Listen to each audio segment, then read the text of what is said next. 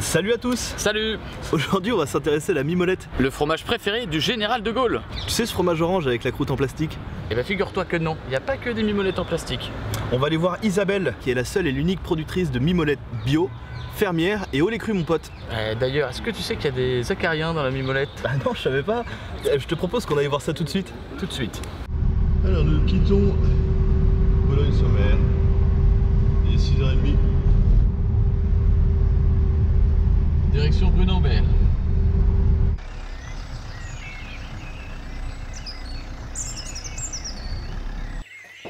Bonjour. Ça va? Hey Morgane. Bonjour, enchantée. Constantin. Bonjour Constantin. Donc vous ici vous êtes sur l'exploitation familiale, on est 4 associés. Donc là on va aller voir les vaches qui sont à la traite. Et puis après on ira voir la fromagerie. Super, c'est parti. C'est parti.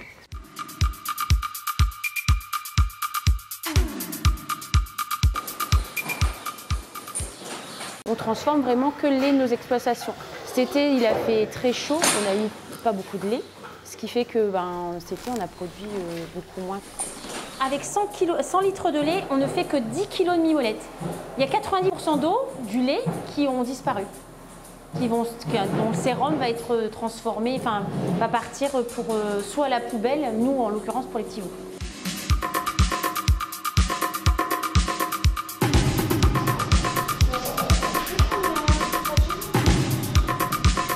Là, on va transférer le lait qui est dans la boule de l'autre côté dans la cuve. C'est bon. Pour une mimolette, il faut avoir le bol à mimolette et la couleur et le poids. Sinon, on ne peut pas l'appeler mimolette. On n'a pas le droit, c'est interdit. On peut en fabriquer partout dans le monde à condition de respecter ces 3 critères-là. Et pourquoi tu tiens absolument à faire du lait cru? Parce que c'est meilleur. Ça n'a rien à voir. Le fait d'être très peu nombreux en fromage affiné bio, du coup, on est tout le temps sollicité. Mais bon, à un moment, moi je leur dis, on n'est pas extensible, quoi. C'est une baie qui vient d'Amérique centrale qui ressemble un petit peu à la baie du rosier. Et elle servait à la base pour colorer les peaux rouges des Indiens.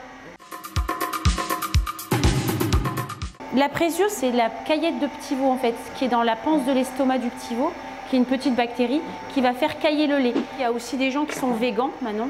Forcément, ils ne vont pas manger de fromage parce que ça vient du... Mais il y a des gens qui me demandaient si on mettait de la présure animale. De toute façon, le produit vient déjà de l'animal, donc je ne vois pas l'intérêt, mais bon. Voilà. Il faut attendre maintenant. Super. Bon, on a bien mérité un café. Hein. Allez,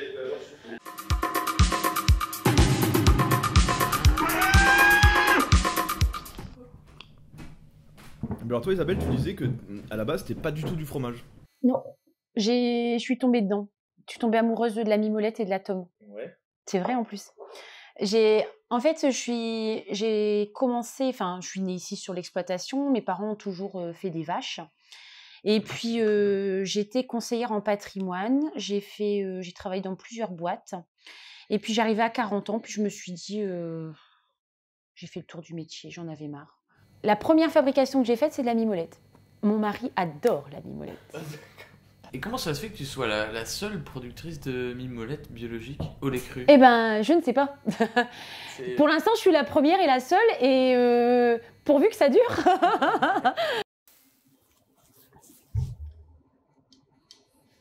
Hop.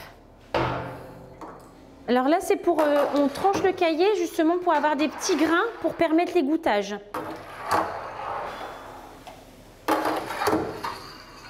On va avoir des petits grains qui vont ressembler entre le grain de maïs et le grain de blé.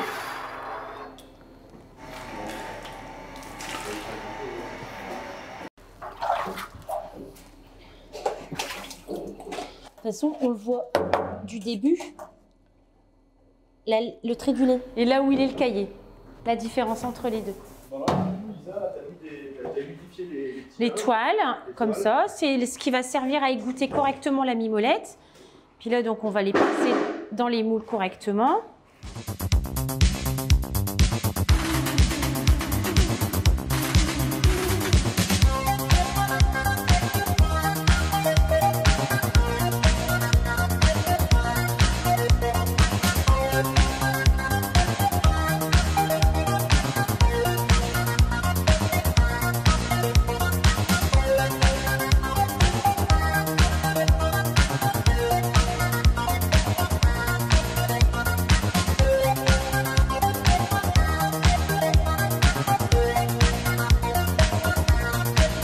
entendu dire, tu vas me dire si je me trompe, mais qu'il y avait des acariens dans la croûte de la mimolette. Alors, les acariens, oui, ils sont là. Le ciron, il est en train de manger toute la croûte du fromage pour la faire respirer. Si on regardait à l'œil microscopique, on verrait des petites bébêtes se promener sur la mimolette. Ok, et alors du coup, est-ce que quand elle est comme ça, la croûte est comestible?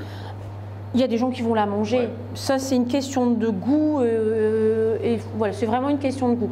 Et on voit ici toute la poussière qui se fait sur les planches. Planches qu'on ne lave jamais. C'est-à-dire qu'on les passe à la brosse, mais c'est tout.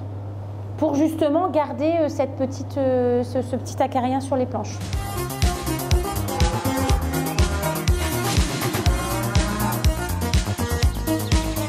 Bon alors, on va passer à la petite dégustation. Allez, enfin la dégustation. Quand même. Ouais.